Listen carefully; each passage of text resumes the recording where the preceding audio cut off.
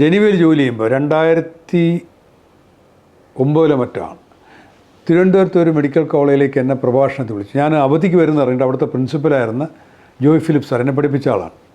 Government medical college retired, അദ്ദേഹം പ്രൈവറ്റിലാണ്.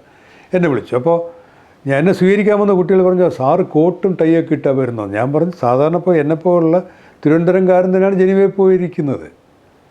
അപ്പോൾ അതവർക്ക് ആ ഒരു തെറ്റിദ്ധാരണയായിരുന്നു. അത് സംസാരിച്ച് തുടങ്ങിയപ്പോഴത്തേക്ക് എൻ്റെ ആദ്യത്തെ ചില വരികൾ ഒരുപാട് പേരെ സ്വാധീനിച്ചു എന്ന് അവർ പറയാറുണ്ട്. അപ്പോൾ ഞാൻ പറഞ്ഞു I had to cross oceans and mountains and deserts to reach Geneva എന്ന് പറഞ്ഞാൽ ഞാൻ മഹാസമുദ്രങ്ങളും മരുഭൂമികളും മഹാവനങ്ങളും കടന്നാണ് ജനീവയിലെത്തിയത്. കുട്ടികൾ കൈയടിച്ചു.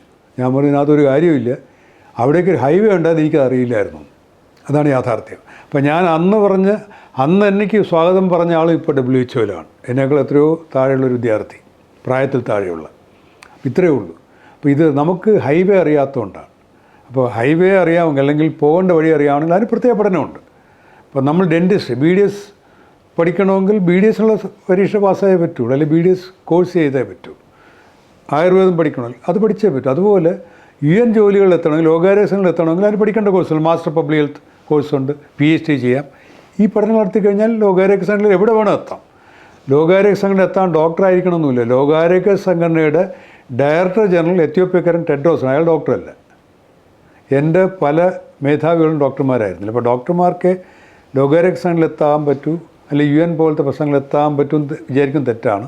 എന്നെപ്പോലെ സാധാരണക്കാരന് സാധാരണ സ്കൂളിൽ പഠിച്ച ആൾക്ക് അതിൻ്റെ സങ്കേതങ്ങൾ മനസ്സിലാക്കിയാൽ അവിടെ എത്തിപ്പെടാവുന്നതാണ്. അതുകൊണ്ട് ഇപ്പോൾ കേട്ടുകൊണ്ടിരിക്കുന്ന ചെറുപ്പക്കാരെ ശ്രദ്ധിക്കണം. നിങ്ങളൊരാൾക്ക് നാളത്തെ ശശി തരൂർ നിങ്ങൾക്ക് മാറാം.